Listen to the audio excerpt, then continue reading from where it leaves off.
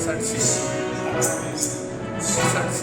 ನಿವೃತ್ತರಾದ ರಾಮಕೃಷ್ಣ ರಾಮಲಿಂಗಾರೆಡ್ಡಿ ಅವರ ಅಭಿಮಾನಿ. ಏನಪ್ಪ ಅಂದರೆ ನಮ್ಮ ಚಿತ್ರದುರ್ಗ ಬರಡು ಜಿಲ್ಲೆಗೆ ಹಲವಾರು ಸಲ ಸಹಾಯ ಮಾಡಿದ್ದಾರೆ. ವಿಭಾಗ ಕಚೇರಿ ಸುಮಾರು ವರ್ಷದ ಹೋರಾಟದ ಫಲವಾಗಿ ವಿಭಾಗ ಕಚೇರಿ ಮಾಡಿಸ್ಕೊಂಡಿದ್ದಾರೆ. ನಮ್ಮ ಚಿತ್ರದುರ್ಗ ಜಿಲ್ಲೆಯಲ್ಲಿ ಎಲ್ಲ 6 ತಾಲೂಕಿಗೂ ಹೊಳಲ್ಕೆರೆ ಮತ್ತು ಮೊಳಕಾಲ್ಮೂರು ಘಟಕ ಎಲ್ಲ ಘಟಕಕ್ಕೂ ಮಾಡೋದಕ್ಕೆ ಭಾಳ ಸಹಾಯ ಮಾಡಿದ್ದಾರೆ. ಮತ್ತು ನಾವು ಯಾವತ್ತೇ ಬಡವರು ಕಷ್ಟಪಟ್ಟು ಹೋದರೆ ಬೆಳಗ್ಗೆ ಬೆಂಗಳೂರಲ್ಲಿ ಕೋರಮಂಗಲ ಆಫೀಸಲ್ಲಿ 9 ರಿಂದ 10 ಗಂಟೆ ತನಕ ಯಾರೇ ಕಾರ್ಯಕರ್ತರು, ಅಭಿಮಾನಿಗಳು, ನಮ್ಮ ನೌಕರರು ಯಾರೇ ಹೋದರೂ ಕೂಡ ಸಮಸ್ಯೆನ ಬಗೆಹರಿಸ್ತಿದ್ರು. ಯಾವುದೇ ಒಬ್ಬ ಹಿರಿಯ ನಾಯಕರು, ನಾವು ಯಾವುದೇ ಅವರ ಅಭಿಮಾನಿಯಾಗಿ ಹಿರಿಯ ನಾಯಕರವರು ಕಾಂಗ್ರೆಸ್ಗೆ 8 ಬಾರಿ ಗೆದ್ದಿದ್ದಾರೆ. ವಿದ್ಯಾಮಂತ್ರಿಯಿಂದ ಹಿಡಿದು ಸಾರಿಗೆ ಮಂತ್ರಿಯಿಂದ ಹಿಡಿದು ಗೃಹ ಮಂತ್ರಿವರೆಗೂ ಭಾಳ ಕೆಲಸ ಮಾಡಿದ್ದಾರೆ. ಕಾಂಗ್ರೆಸ್ ಪಕ್ಷಕ್ಕೆ ಒಂದು ಬುನಾದಿ. ಅವರು ವಯಸ್ಸಹಜ ಇರೋದ್ರಿಂದ ನನಗೆ ಅವರೇನು ಖಾತೆ ಬೇಡ ಅಂತೇಳಿ ಯೋಚಿಸಿಲ್ಲ. ಜಲಸಂಪನ್ಮೂಲ ಭಾಳ ಒಳ್ಳೆಯದು. ರಾತ್ರದ ರೈತರ ಪರವಾಗಿ ಇರ್ತಕ್ಕಂಥ ಖಾತೆ ಇರೋದ್ರಿಂದ ನಾನು ಬೆಂಗಳೂರಲ್ಲಿ ಹುಟ್ಟಿ ಬೆಳೆದು ಅಲ್ಲಿ ನಾಡಿ ಮಿಡಿತವನ್ನು ಬಲ್ಲವರಾಗಿರ್ತಾರೆ.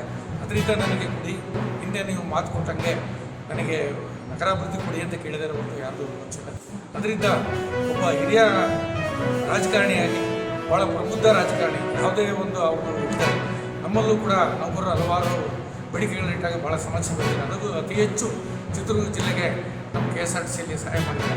ಅದರ ಅಭಿಮಾನಿಯಾಗಿ ನಾನು ಹೇಳೋದಿಷ್ಟೇ, ಅವರಿಗೆ ಅಲ್ಲಿ ಕಾಂಗ್ರೆಸ್ ಹೈಕಮಾಂಡು ಮತ್ತು ಅವ್ರನ್ನ ಮುಖ್ಯಮಂತ್ರಿಗಳಾದ ಶಿವಕುಮಾರ್ ಸಾಹೇಬರು ಮತ್ತು ನಮ್ಮ ಸಿದ್ದರಾಮಯ್ಯ ಸಾಹೇಬರು ಇವರೆಲ್ಲರೂ ಕೂರಿಸಿ ಅವರು ನ್ಯಾಯ ಕೊಡಿಸೋರಿಗೆ ನ್ಯಾಯ ಗೌರವವಾಗಿ ಕಾಂಗ್ರೆಸ್ ಪಕ್ಷಕ್ಕೆ ಒಂದು ಶಕ್ತಿ ಬರುತ್ತೆ ಅಂತ ಹೇಳ್ಬಿಟ್ಟು ಈ ಸಂದರ್ಭದಲ್ಲಿ ನಮ್ಮ ಎಲ್ಲ ಅಭಿಮಾನಿಗಳ ಪರವಾಗಿ ನಾನು ಅವ್ರನ್ನ ಕೈ ಮುಗಿದು ಕೇಳ್ಕೊತೀನಿ.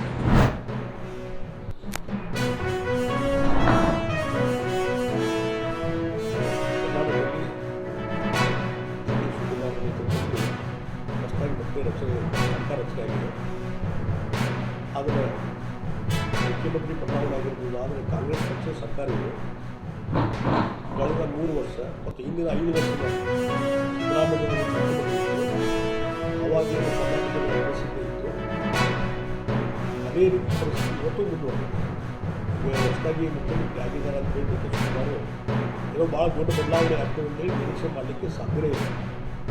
ಮತ್ತು ಭ್ರಷ್ಟಾಚಾರ ಮಿತಿ ಮೀರಿದೆ. ಭ್ರಷ್ಟಾಚಾರ ಮಿತಿ ಮೀರಿದ್ದಕ್ಕೆ ಡಿ.ಕೆ. ಶಿವಕುಮಾರ್ ತಮ್ಮ ಯಾವುದೇ ರೀತಿಯ ಭಾಷಣದಲ್ಲಿ ಅಥವಾ ಎಲ್ಲೇ ತಮ್ಮ ಅಭಿಪ್ರಾಯ ವ್ಯಕ್ತಪಡಿಸುವಲ್ಲಿ ಭ್ರಷ್ಟಾಚಾರ ರಹಿತವಾದಂಥ ನಾನು ಸರ್ಕಾರ ಕೊಡ್ತೀನಿ ಅಂತ ಎಲ್ಲಿಯೂ ಹೇಳಿಲ್ಲ.